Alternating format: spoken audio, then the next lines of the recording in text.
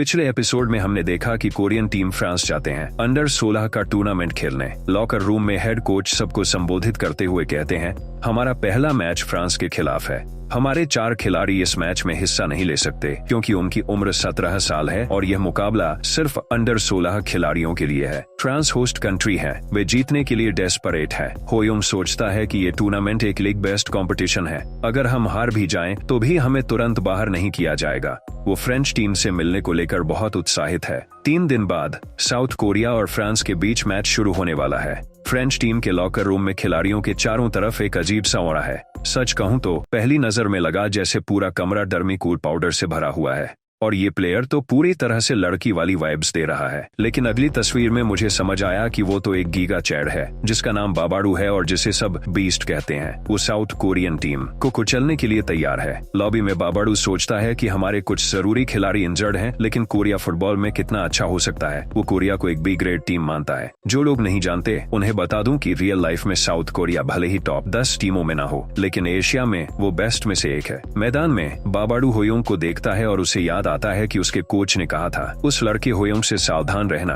उसने ब्राजील में अपना नाम बनाया है। बाबाडू उस सोच को झटक देता है कि एक अकेला खिलाड़ी कितना फर्क डाल सकता है। दुनिया भर से आए सारे स्काउट्स के सामने बेहतर होगा कि वो इस मैच के अंत तक रोने ना लगे। इसी के साथ टूर्नामेंट का पहला मैच शुरू होता है। बाबाडू सोचता है कि हमारी टीम 4-3-3 फॉर्मेशन में सेट है और उनकी टीम 4-4-2 में। उनके 2 फॉरवर्ड्स हैं, होयोंग और हेनजुन। दोनों टीमें एक दूसरे के खिलाड़ियों को जांचती हैं और फिर मैच शुरू होता है। 15 मिनट तक गेम बराबरी पर चलता है, लेकिन अब धीरे धीरे मैच फ्रांस के फेवर में झुकने लगता है। फ्रांस मिडफील्ड पर डोमिनेट कर रहा है। बाबाडू होयोंग को देखता है और सोचता है ये पहले 15 मिनट में तो ढंग से बॉल कंट्रोल भी नहीं कर पाया, इसमें कुछ खास नहीं है। कोच ने शायद इसे ज्यादा ही ओवर हाइप कर दिया। वो गुस्से में सोचता है साउथ कोरिया जैसे देश का वर्ल्ड कप सेमीफाइनल्स तक पहुंच जाना एक मजाक है। जो टीमें लक पर भरोसा करती हैं वो मुझे बहुत एनॉय करती हैं।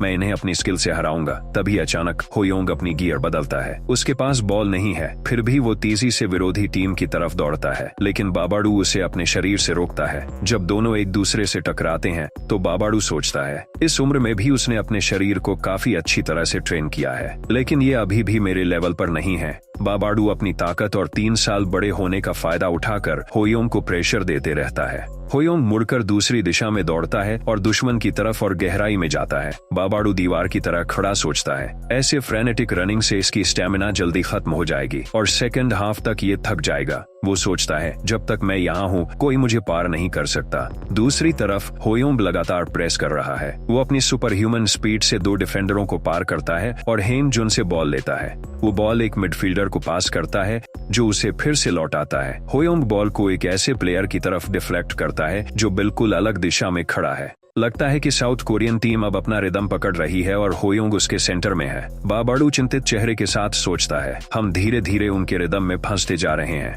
होयोंग ओपोनेंट को बहुत आसानी से बॉडी फेंट करता है जो उसे लगातार मार्क कर रहा था। व्यूअर्स कहते हैं होयोंग की ऑफ द बॉल मूवमेंट बहुत इंप्रेसिव है। अब गुस्से में बाबाडू चिल्लाता है होयोंग पास देना बंद करो और सीधे टक्कर लो।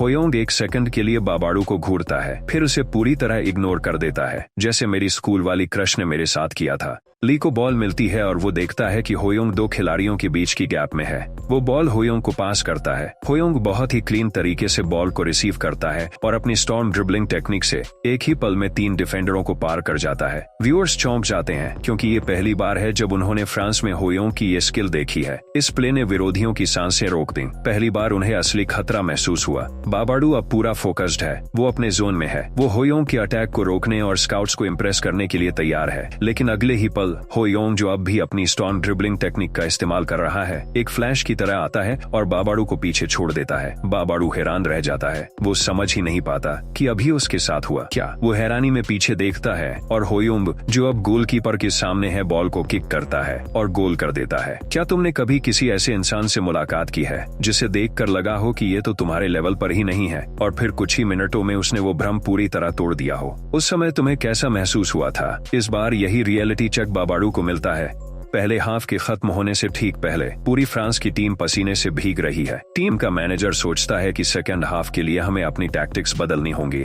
हमें मिडफील्ड प्ले से हटकर साइड प्ले की तरफ जाना होगा। साइड प्ले को विंग प्ले भी कहा जाता है, जैसे एक पक्षी अपने पंखों से बीच से नहीं बल्कि किनारों से हमला करता है। अब वे कोरियन टीम पर बाहर से दबाव बना रहे हैं ताकि अटैक के लिए कोई ओपनिंग मिल सके। हम देखते हैं कि फ्रेंच प्लेयर्स कोरियन प्लेयर्स पर जोरदार बॉडी प्रेसिंग कर रहे हैं और हर दिशा से प्रेशर डाल रहे हैं। किम, जो कोरियन टीम का कैप्टन है, सोचता है इस रफ्तार से तो वे पूरा स्पेस ही डोमिनेट कर लेंगे। अचानक कैप्टन देखता है कि एक फ्रेंच प्लेयर ने प्रेशर की वजह से मिली ओपनिंग का फायदा उठाया और बॉल सफलतापूर्वक पाली। वो प्लेयर बॉल को जोर से किक करता है, लेकिन सौभाग्य से गोलकीपर ने उसे गोल बनने से रोक लिया। गोलकीपर बॉल को जोर से लॉन्ग रेंज शॉट के साथ किक करता है। जो प्लेयर बॉल की मोशन को ध्यान से देख रहे हैं वे जानते हैं कि अब ये एक एरियल ड्यूल बनने वाली है। इसे ध्यान में रखते हुए कोरियन टीम का फॉरवर्ड प्लेयर हेन जोन ऊंचा कूदता है, हेडर का इस्तेमाल करता है और बॉल होयोंग को पास करता है। होयोंग बॉल को रिसीव करता है और अपनी डरावनी ऑरा के साथ विपक्षी गोल पोस्ट की तरफ देखता है।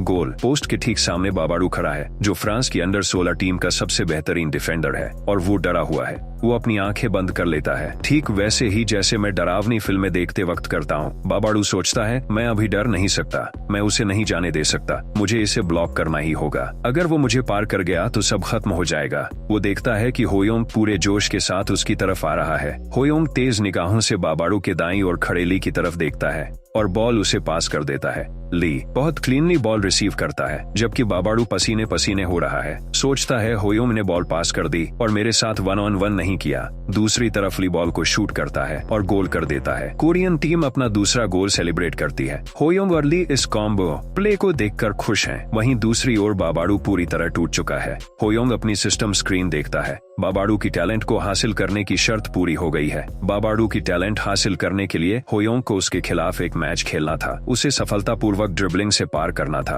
और कम से कम एक गोल या असिस्ट रिकॉर्ड करना था। जो टैलेंट होयोंग ने अब कॉपी की है वो है बाबाडू की स्ट्रॉन्ग मसल्स। होयोंग ने ये टैलेंट इसलिए चुनी क्योंकि उसे वो अफवाह याद थी जिसमें कहा गया था कि मेडिकल टेस्ट के दौरान बाबाडू इतना ताकतवर था कि उसने इक्विपमेंट तक तोड़ दिए थे। होयोंग जैसा कि स्वभाव से अच्छा है, बाबाडू का मनोबल बढ़ाने की कोशिश करता है, लेकिन बाबाडू गुस्से से भरे चेहरे के साथ उसे इग्नोर करके वहां से चला जाता है। इसके बाद मैच पूरी तरह नेक ऑन नेक चला, लेकिन सेकंड हाफ के 67वें मिनट में सियोक ने कोरियन टीम के लिए तीसरा गोल कर दिया। एक जबरदस्त हेडर के साथ होयोंग को सब आउट कर दिया गया ताकि उसकी स्टेमिना बचाई जा सके। ब्राजील में उसने दोनों हाफ मिलाकर केवल 80 मिनट खेले थे। पूरा 90 मिनट खेलना उसके लिए अभी थोड़ा ज्यादा है और उसे कल के मैच के लिए भी तैयार रहना है। पूरे स्टेडियम ने कोरियन टीम को बू किया क्योंकि उन्होंने फ्रांस को उनके अपने घर में ही 3 गोल मार दिए हैं। 88 मिनट तक फ्रांस ने 2 कमबैक गोल्स कर दिए, लेकिन फाइनल स्कोर 3-2 रहा और इसी से कोरिया ने फ्रांस के खिलाफ पहली जीत हासिल की।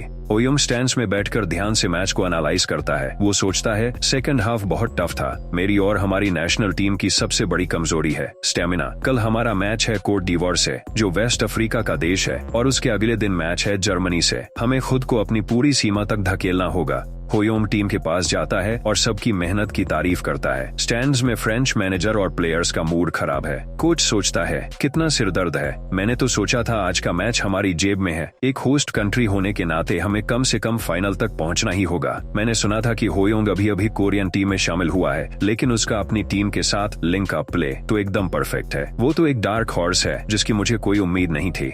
उसके पास जो स्किल है उसे देखकर लगता है कि वो अकेले दम पर पूरी टीम को फाइनल तक पहुंचा सकता है। कोरिया इस साल का असली वाइल्ड कार्ड है। मैनेजर अचानक एक फ्रेंच प्लेयर से पूछता है जो बेंच पर था और आज का मैच नहीं खेला, जब तेरी इंजरी ठीक हो जाएगी तो क्या तू उसे रोक पाएगा? उसका नाम है मूसा सिसोको। मूसा आत्मविश्वास के साथ मुस्कुराकर कहता है, इतनी सीधी बात पूछने की क्या जरूरत है? मैच खत्म होने के बाद होयोंग को मैन ऑफ द मैच घोषित किया जाता है। कुछ दर्शक निराश होते हैं क्योंकि किसी फ्रेंच प्लेयर को मैन ऑफ द मैच नहीं मिला, लेकिन फिर भी कुछ दर्शक होयोंग का सपोर्ट करते हैं। वो बच्चा कमाल का है, मैन ऑफ द मैच का हकदार तो वही था। ऐसी अच्छी परफॉर्मेंस देखना हमारी किस्मत थी।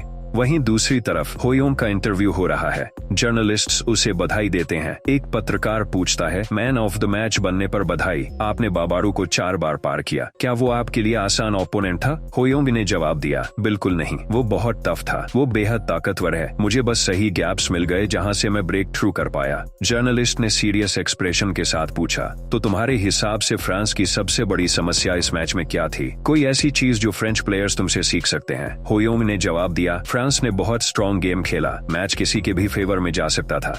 अब ये मैच मास ऑडियंस की नजरों में आ गया है। अलग अलग आर्टिकल्स में होयोंग को लेकर चर्चा हो रही है कि कैसे कभी टूर्नामेंट की सबसे वीक टीम मानी जाने वाली कोरिया ने फ्रांस को हरा दिया। होयोंग के ओपनिंग गोल के बाद होयोंग को अब कोरिया का छोटा मराडोना कहा जा रहा है। होयोंग की चर्चा अब पूरे फ्रांस में फैलने लगी है। कुछ लोग कहते हैं अगर फ्रांस को हरा सकते हैं तो कोट डिवोर को हराना तो आसान होगा। अगले दिन कोच सभी को संबोधित करते हुए कहते हैं, कोट डिवोर अफ्रीका की सबसे पावरफुल टीमों में से एक है, उन्हें हल्के में लेना भूल मत करना। हालांकि वे जर्मनी से 3-0 से हार चुके हैं। शायद उनका मेंटल गेम अभी पूरी तरह बिखरा हुआ है। हमें इसका फायदा उठाना है। टीम ने आत्मविश्वास से उनकी बातों पर हाँ में जवाब दिया। कोच सोचते हैं कल जर्मनी के साथ मैच लंबा जाएगा। थोड़ी चिंता है टीम की स्टेमिना को लेकर, लेकिन अगर हमने होयोंग को सही से इस्तेमाल किया तो बड़ी जीत भी मुमकिन है। वो होयोंग से कहते हैं विरोधी टीम के पास शायद मॉन्स्टरस एंड्योरेंस हो, हमें शुरुआत से ही पूरा जोर लगाना है और डिफेंस को टाइट रखना है, अपना बेस्ट देना। होयोंग एक ब्राइट स्माइल के साथ कोच को भरोसा दिलाता है, मैं पूरी जान लगाऊंगा।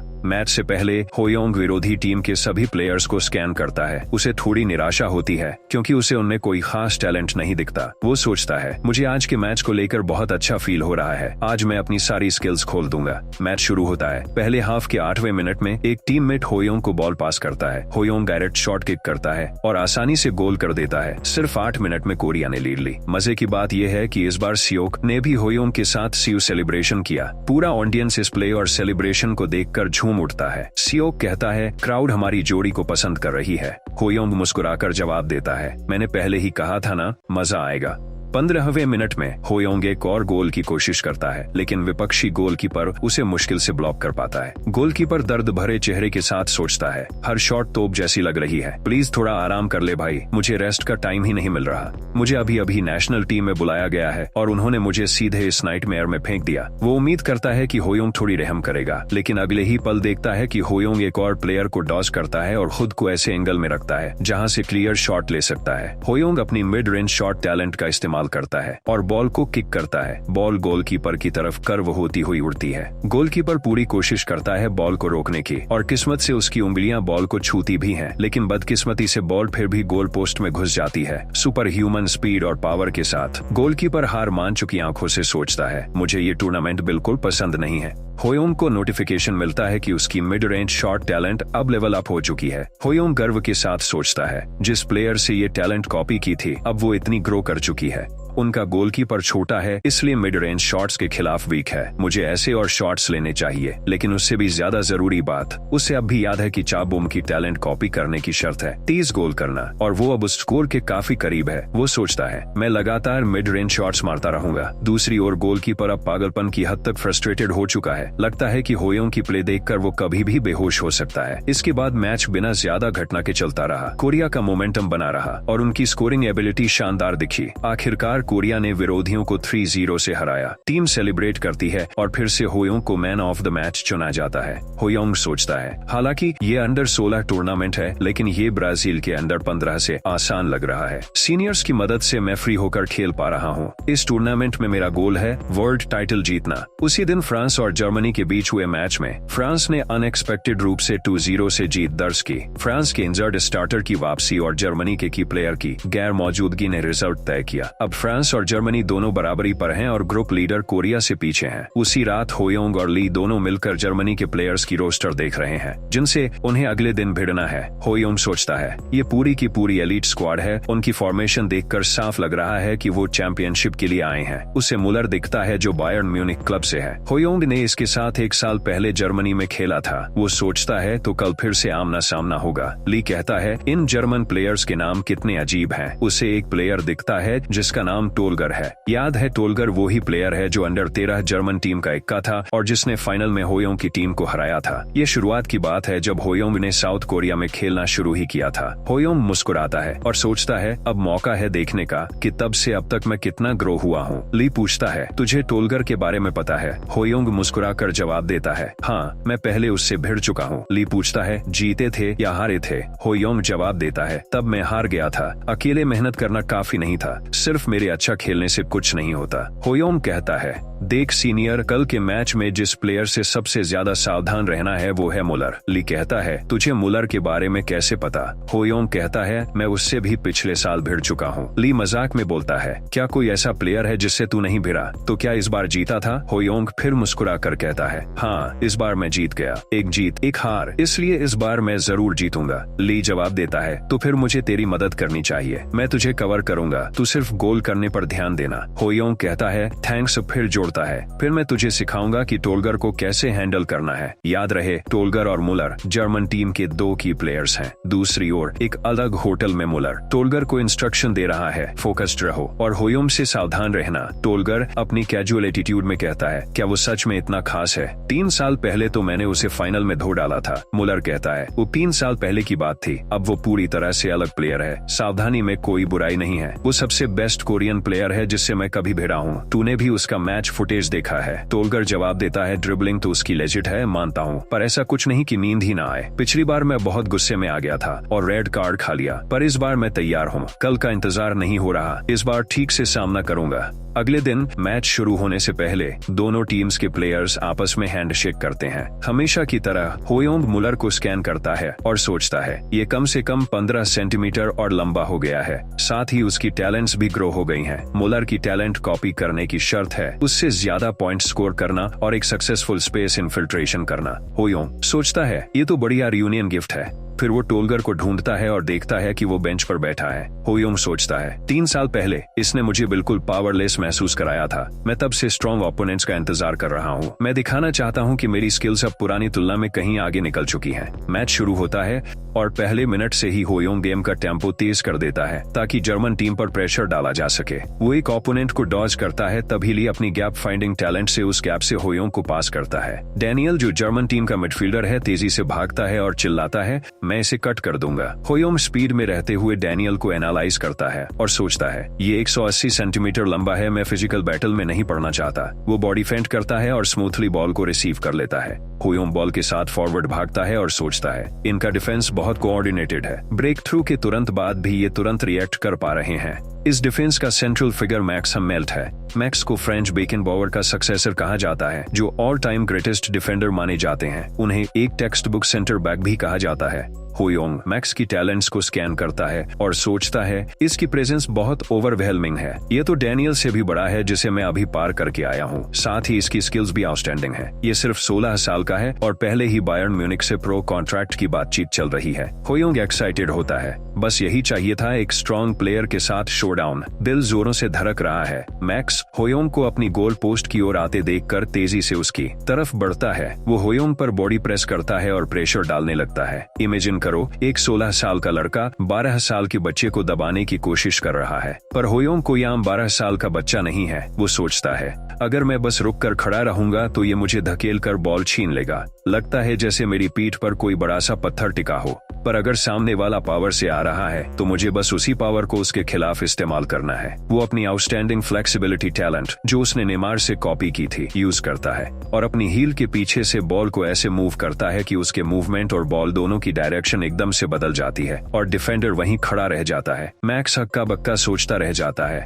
उसने मुझे छका दिया। होयोंग स्पीड बढ़ाता है और गोल पोस्ट की ओर भागता है। वो सोचता है, स्ट्रॉन्ग बड़े शरीर वाले प्लेयर्स की सबसे बड़ी कमजोरी होती है कि उनका डायरेक्शन चेंज स्लो होता है। अगर कोई फ्लेक्सिबल और क्विक है तो स्ट्रॉन्ग और बड़े शरीर वाले प्लेयर्स का रिएक्ट करना मुश्किल हो जाता है। उसने अभी अभी 2 टैलेंट्स का इस्तेमाल किया। एक है टर्न एबिलिटी, जो उसने मार्सेलो से कॉपी की, और दूसरी है सुपर ह्यूमन फ्लेक्सिबिलिटी, जो उसने नेमार से ली। अब वो बहुत ही हाई लेवल के ब्रेक थ्रूज करने में सक्षम हो गया है। अब होयोंग को गोल करने के लिए 2 और डिफेंडर्स को पार करना है। वो देखता है कि पहला डिफेंडर तुरंत रश नहीं कर रहा है। वो एक परफेक्ट दूरी बनाए हुए है ताकि होयोंग को ब्रेक थ्रू की स्पेस न मिले, पर होयोंग अपने अल्टीमेट अटैक स्टॉर्म ड्रिबल से उस डिफेंडर को पार कर जाता है। ऑडियंस हैरान होती है, होयोंग ने ब्रेक थ्रू कर लिया, लेकिन हम देखते हैं कि डिफेंडर, जिसका नाम है जेरोम, अभी भी उसके साथ बना हुआ है। जेरोम की बात करें तो मैक्स की तरह वो भी डिफेंस का कोर पार्ट है। उसकी स्ट्रेंथ है वर्सेटिलिटी। वो सिर्फ स्ट्रॉन्ग नहीं है बल्कि बिल्डअप प्ले भी करता है। वो होयोंग की ओर भागते हुए सोचता है, क्या ये वही प्लेयर है जिससे कोच और मुलर ने हमें सावधान रहने को कहा था? उन्होंने कहा था कि इसे क्लोजली मार्क करना होगा। होगा। वो सोचता है, मानता हूँ ये तेज है,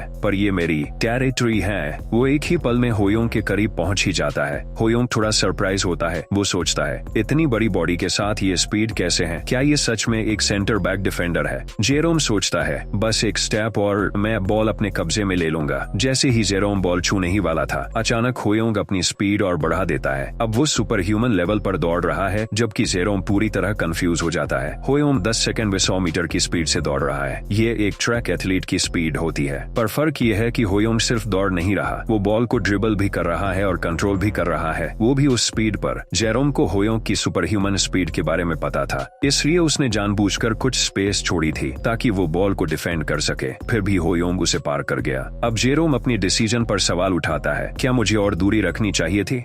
दूसरी ओर होयोंग राहत की सांस लेता है। थैंक्स टू माई बॉडी, जो अब और ज्यादा फ्लेक्सिबल हो गई है। अब मेरी बर्स्टिंग रन की एक्सिक्यूशन टाइमिंग भी इम्प्रूव हो गई है। अब वो आखिरी डिफेंडर को देखता है, जो सच में डर के मारे पैंट में पेशाब कर रहा है। इस बार होयोंग ब्रेक थ्रू करने की बजाय बॉल को ली को पास करता है, जो जैसे ही आखिरी डिफेंडर को पार करता है, बॉल फिर से होयोंग को रिटर्न करता है। होयोंग बिना समय गवाए बॉल को किक करता है और गोल कर देता है। ये कोरिया का ओपनिंग गोल होता है। इस बार ली भी होयोंग के साथ मिलकर सिव सेलिब्रेशन करता है। दोनों एक दूसरे को बढ़िया प्ले के लिए प्रशंसा करते हैं, जबकि जर्मन डिफेंडर्स एक साथ इकट्ठा होकर ये एनालाइज करते हैं कि होयोंग को कैसे रोका जाए। मैक्स कहता है, सरप्राइजिंग है कि एशिया में भी ऐसा प्लेयर है, ये तो डॉर्टमुंड के मारियो गोट्जे जैसा है। जेरोम सबको कहता है, खुद को कंट्रोल में लाओ, हमारे पास भी मॉन्स्टर स्ट्राइकर मुलर है, उसके साथ हम कभी भी गेम पलट सकते हैं। डैनियल अपनी इंस्पायरिंग टोन में कहता है, हम जर्मन नेशनल टीम है, हमने हमेशा जीत हासिल की है, आओ मिलकर गोल डिफेंड करें। जर्मन प्लेयर्स उसके बाद कोई और गोल नहीं होने देते। हालांकि कुछ डेंजरस मोमेंट्स आते हैं, पर उनके गोलकीपर की इनक्रेडिबल सेव्स और डिफेंडर्स की कूल डिफेंडिंग से गोल बचा रहता है। फिर जर्मन टीम लंबे प्लेयर्स के जरिए गेम को कंट्रोल में लेना शुरू करती है। वो एरियल डोमिनेंस पर फोकस करती है, भले ही गोल ना हुआ हो, पर टीम ने अपना मोमेंटम वापस पा लिया। पहले हाफ के अंत तक कोरियन टीम 1-0 से आगे है, पर टेंशन पूरे स्टेडियम में साफ दिख रही है, कहीं से भी गेम पलट सकता है। जोनास, जो जर्मन नेशनल टीम का कोच है, सोचता है हमें सेमीफाइनल में पहुंचने के लिए कोरिया को हराना ही होगा। कोच थोड़ा टेंस्ड है। वो सोचता है, मैंने तो दिन रात होयोंग के लिए काउंटर टैक्टिक्स तैयार किए थे, पर ये तो कुछ और ही निकल गया। जब कोच गहराई से सोच रहा होता है कि गेम कैसे पलटा जाए, तभी एक प्लेयर अंदर आता है और कहता है, कोच मैं जाऊंगा। दोनों टीमें लॉबी में होती हैं, सेकंड हाफ के लिए तैयार। तभी टोलगर अंदर आता है और होयोंग से कहता है, काफी टाइम हो गया, तू तब का छोटा बच्चा अब बड़ा हो गया है, पर मैं तुझे हराऊंगा। होयोंग उसका हाथ मिलाकर कहता है, ये लाइन मेरी होनी चाहिए। टोलगर जवाब देता है, मुश्किल होगा, क्योंकि इस बार हमारी टीम में है द स्ट्रॉन्गेस्ट मिडफील्डर। होयोंग इस स्टेटमेंट से कंफ्यूज हो जाता है। अब वो देखता है कि सेकंड हाफ में जो नया प्लेयर आएगा उसका नाम है Toni Kroos. Toni Kroos talent से भरा पड़ा है। सच कहूँ तो इस वक्त मैं खुद सोच रहा था, ये जर्मन टीम क्या सच में मॉन्स्टर से भरी हुई है। एक तरफ है किकास डिफेंडर्स और अब स्ट्रॉन्ग मिडफील्डर्स भी आ चुके हैं। दूसरी ओर कोरियन टीम में बस एक होयोंग है। ली बस ठीक ठाक है और बाकी सब प्लेयर्स एवरेज है। होयोंग टोनी क्रूस को देखता है और सोचता है, इसके बारे में तो सुना है कि इसे 15 की उम्र में ही बड़े क्लब्स से स्काउटिंग के ऑफर आ चुके थे। ये वाकई एक टॉप क्लास प्रोस्पेक्ट है। मेरी पिछली जिंदगी में टोनी ने जर्मनी की अटैक को मुलर के साथ मिलकर ब्राजील 2014 वर्ल्ड कप में लीड किया था। अगर तुम्हें यकीन नहीं हो रहा तो गूगल सर्च कर लो। होयोंग टोनी की मिडफील्ड टैलेंट से इम्प्रेस हो जाता है। भले ही उसमें ज्यादा असिस्ट टैलेंट्स हो, पर फिर भी उसकी टैलेंट क्वांटिटी अमेजिंग है। वो सोचता है, पहला हाफ जैसे तैसे निकाल लिया, पर अब और बड़ा चैलेंज है। फिर भी मुलर, मैक्स और टोनी का सामना करना थ्रिलिंग होगा। याद रखो, मुलर लीड करता है फॉरवर्ड, टोनी लीड करता है मिडफील्ड और मैक्स लीड करता है डिफेंस ऑफ जर्मन टीम। होयोंग अब तीनों की टैलेंट्स को कॉपी करने के लिए उत्साहित है।